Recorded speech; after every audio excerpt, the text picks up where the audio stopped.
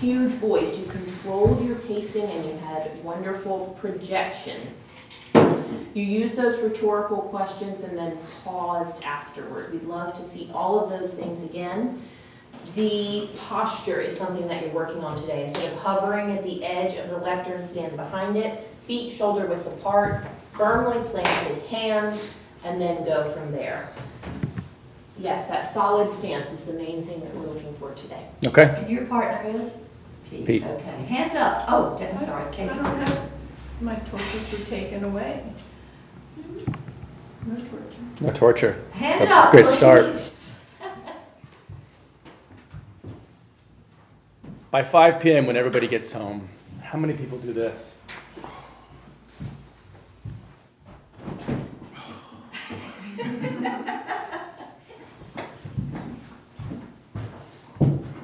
A work-active life balance is the key to a happy life.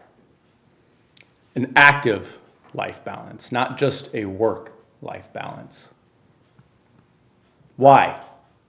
Daily productivity, your effect in your relationship with others, longevity of life. Daily productivity. How many of you read a self-help book before? Raise your hands. How many have been helped by a self-help book before? Half of the people that raised their hands. Self-help books are their own industry, but they don't really help you that much. How many of you need coffee by 2 p.m. or 3 p.m.?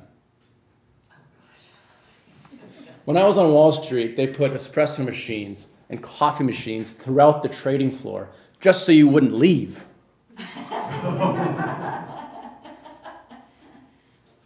It's not to help productivity. Your relationship with others. How many of you get home and act like that? But when you get home, you want to be engaged. You want to be home with your wife. You want to be home with your husband and your kids. And you want to smile and enjoy dinner with them. You don't want to be that guy. Longevity of life. I live near Lake Tahoe. It's a very active place. And my wife Megan and I are amazed when we drive around and we see 80 and 90-year-olds running marathons at 8,000 feet.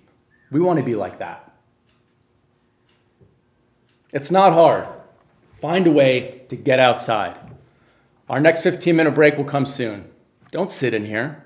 Get outside. Walk around. Sometimes that's all it takes. But be active and you'll be happy.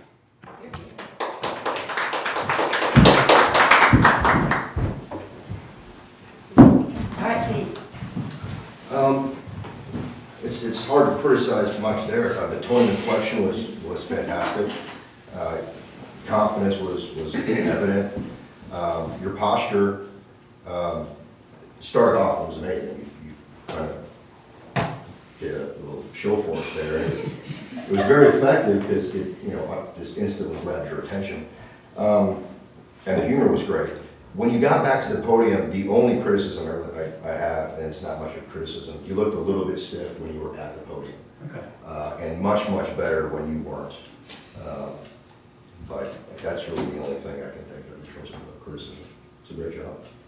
Eric, you clearly have a flair for the dramatic. Walking up, taking off the jacket, that was fabulous. Went above and beyond a typical gesture, but really painted a picture for us we could all relate. That was fabulous. I loved your strong statement, that work-active life balance. I hadn't heard that before. I thought that was unique, and you emphasized it with a loud, strong voice and then pausing, letting us absorb that.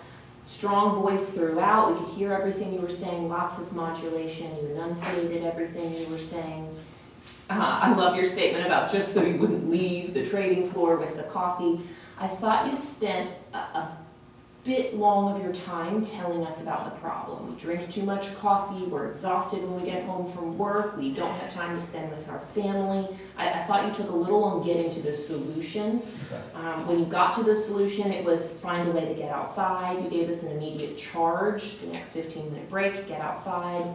Maybe spend a little more of your time next time giving us, hashing out that solution a little bit more. Okay. But I thought setting the stage was fabulous, and we definitely saw the need for finding some improvement in your life. Well done. Thank you. All right, next speaker is Megan.